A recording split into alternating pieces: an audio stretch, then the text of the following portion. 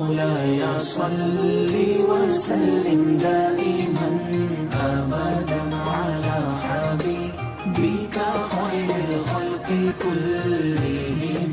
मौलाया सल्ली वसल्लिम दाइमन अबदन अला हबीबिका। बिस्मिल्लाहिर्रहमानिर्रहीम। अल्लाहुम्मा रब्बि इश्रह ली सदरी व यस्सिर ली अमरी वहलुल उक़दतम मिन लिसानी यफ़क़हू क़ौली। पिछले लेक्चर में हमने सफ़र ताइफ का जिक्र किया था। तो सफ़र ताइफ से वापसी चूँकि आप सल्लल्लाहु अलैहि वसल्लम की 11 नबवी ज़िलक़ाद के महीने में हुई थी, तो अगला महीना चूँकि हज का महीना था और दूर नज़दीक से लोग बैतुल्लाह के हज के लिए यहाँ आते थे, तो मुसाफिरों की आमद का सिलसिला शुरू हो गया था।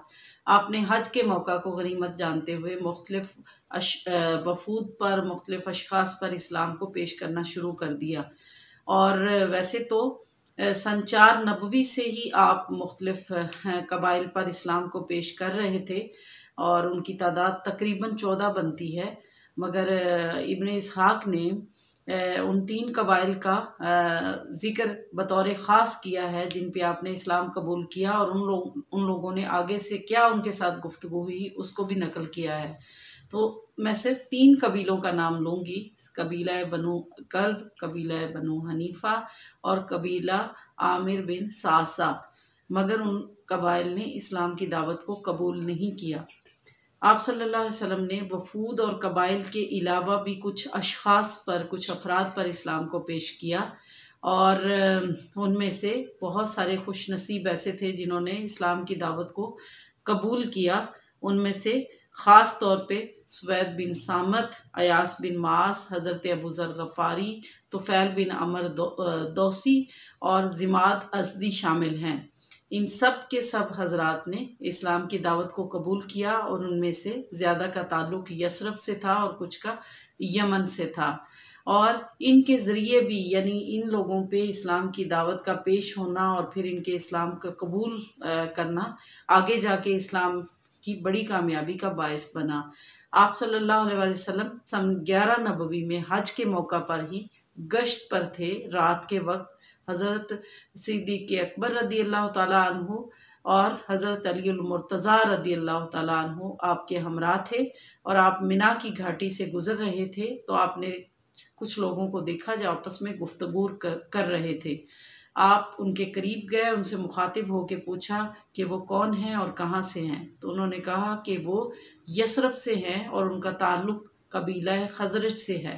तो आपने फरमाया कि खज़रज वही जो यहूद के हलीफ हैं। तो उन्होंने कहा कि जी हाँ।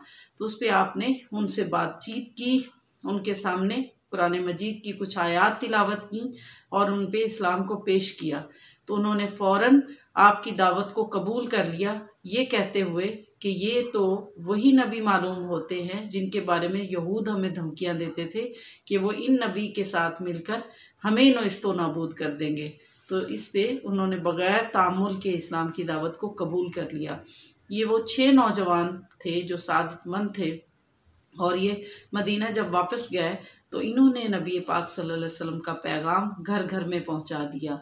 सीरा सीरीज़ चूँकि हम ज़माने के लिहाज से डिस्कस कर रहे हैं, तो सन 11 नबवी में ही एक इम्पॉर्टेंट वाक़या पेश आया।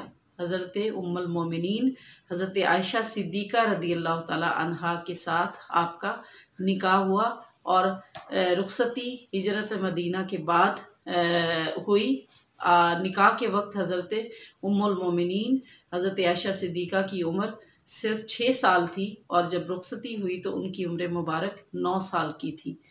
आज की सीरा सीरीज़ के क्वेश्चंस मैं आपके साथ शेयर कर देती हूँ। क्वेश्चन नंबर 1 है, ताइफ से वापसी के बाद आप सल्लल्लाहु अलैहि वसल्लम ने जिन कबाइल पर इस्लाम पेश किया उनमें से सिर्फ 2 के नाम बताइए।